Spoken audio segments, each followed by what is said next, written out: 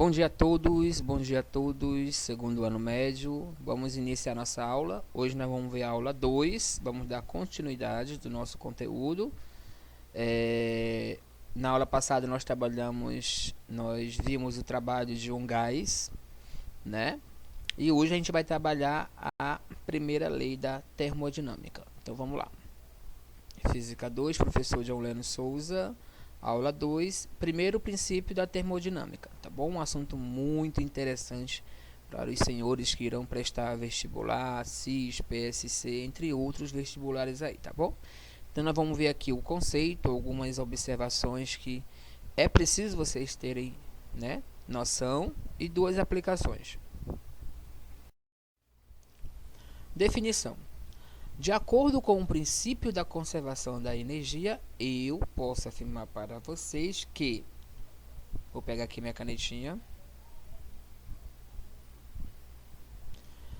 Esse que é o calor, né? O que é a quantidade de calor, é igual... Essa letrinha aqui é o trabalho, mais a variação de energia interna.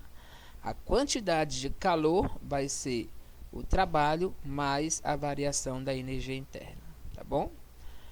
Em outras palavras, eu posso afirmar para vocês que a variação da energia interna vai ser a diferença entre a quantidade de calor e o trabalho. Então, o princípio da conservação da energia nos afirma isso, que a quantidade de calor é a somatória do trabalho com a variação de energia. E a variação de energia é a diferença entre a quantidade de calor e o trabalho realizado, tá bom? E o que a gente pode analisar em relação a essas informações? O seguinte, essa expressão nada mais é do que o princípio da termodinâmica, né? Essa expressão aqui, quantidade de calor é igual ao trabalho mais a variação de energia interna, ou a variação de energia interna é a diferença entre a quantidade de calor e o trabalho, é o princípio da termodinâmica. E o que esse princípio ele nos afirma de acordo com essas expressões de matemática? Ele diz o seguinte: a variação da energia interna de um sistema, é igual à diferença entre o calor e o trabalho trocados pelo sistema com meio exterior, tá?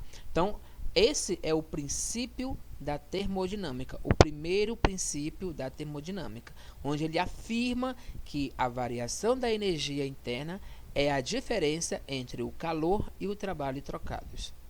Ok? Não se esqueçam desse princípio.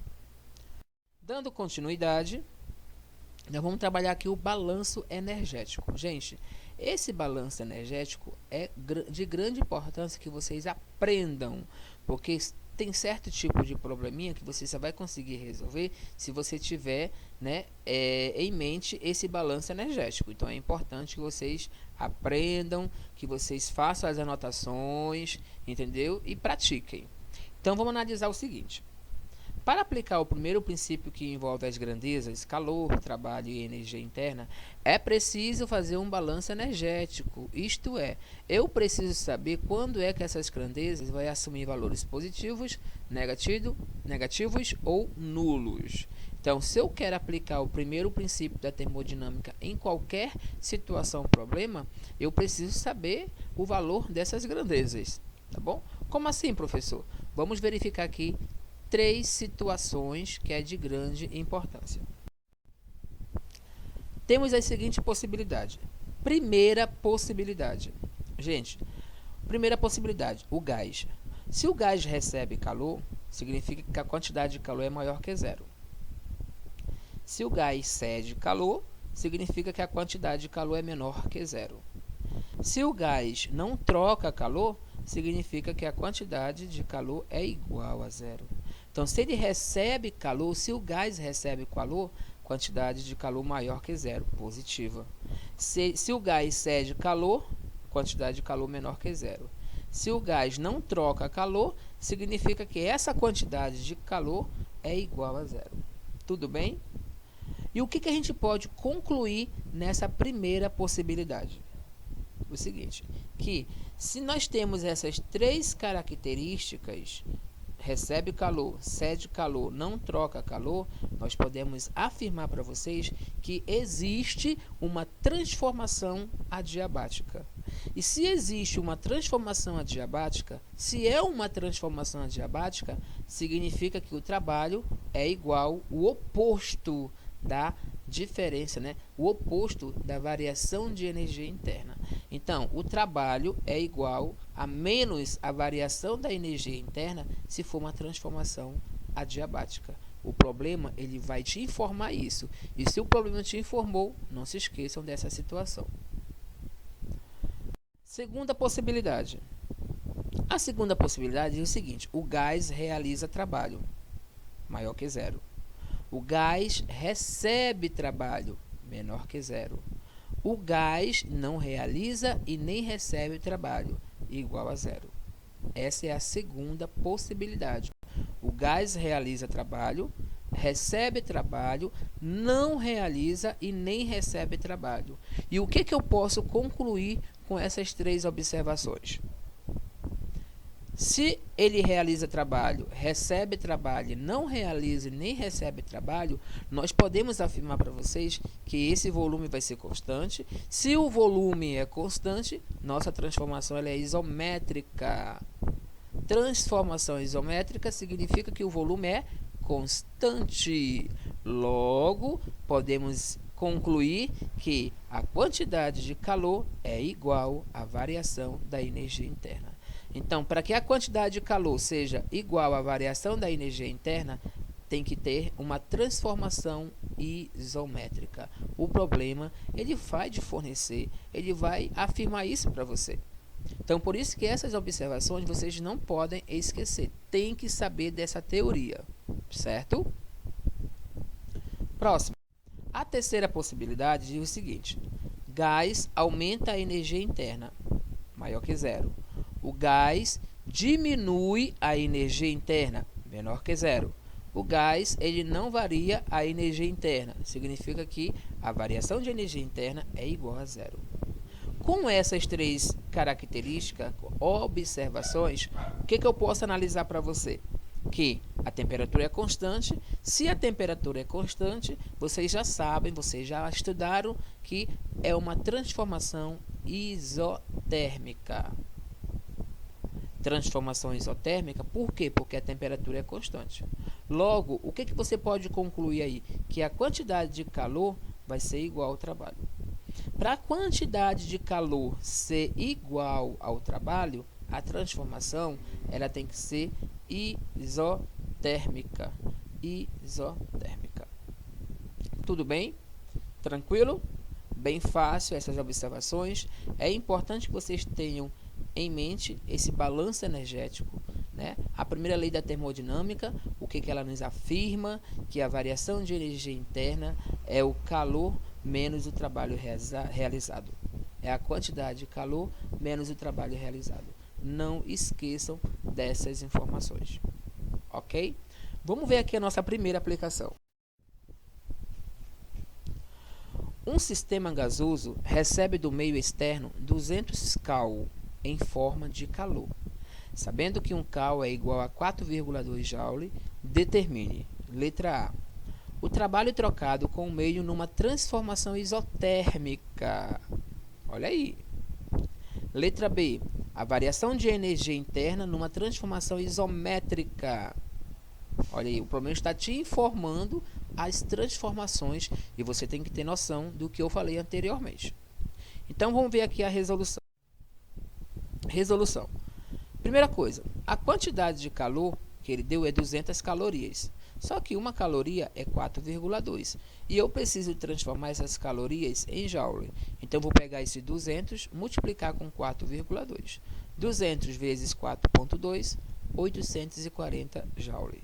Então, essa é a quantidade de calor já transformando em joule. Letra A. Como ele fala que a expansão é isotérmica, então se a expansão é isotérmica, a variação de energia interna é igual a zero. Logo, usando a primeira lei da termodinâmica, quantidade de calor é igual ao trabalho mais a variação de energia interna.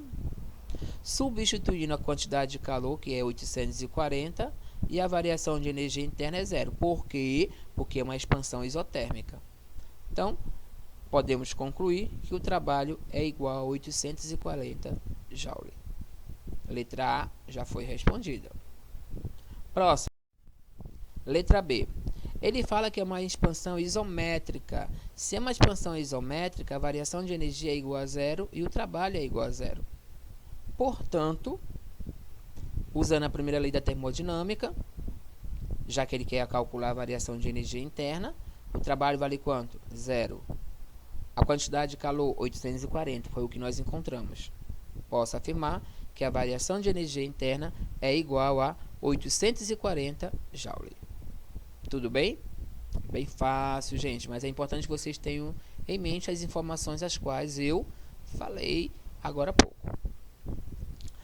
Exemplo 2. Uma massa de gás ocupa volume de 4 litros, sob pressão de 2 vezes 10 a sexta Newton por metros quadrado. Após receber 500 joules de calor, mantendo constante a pressão, o volume passa a 10 litros. Determine a variação de energia interna do gás, mantendo a constante a pressão. Esse volume passou para 10 litros. Então, a primeira coisa que você vai fazer, gente, é tirar os dados do problema, tá bom? Então, vamos lá. Resolução. O volume 1 é 4 litros, só que esse 4 litros eu preciso transformar em metros cúbicos. 4 litros é a mesma coisa que 4 vezes 10 a menos 3 metros cúbicos. O volume 2 é 10 litros. 10 litros em metros cúbicos vai ficar 10 vezes 10 a menos 3 metros cúbicos. Outra informação que ele te deu, a pressão 2 vezes 10 a sexta Newton por metros quadrado. Beleza? Foram essas informações que ele te deu. O primeiro passo, gente, é o seguinte. O que eu devo fazer? Outra coisa que ele te deu aí é a quantidade de calor, que é 500 Joule. Tá? Eu preciso encontrar o trabalho para poder encontrar a variação de energia interna.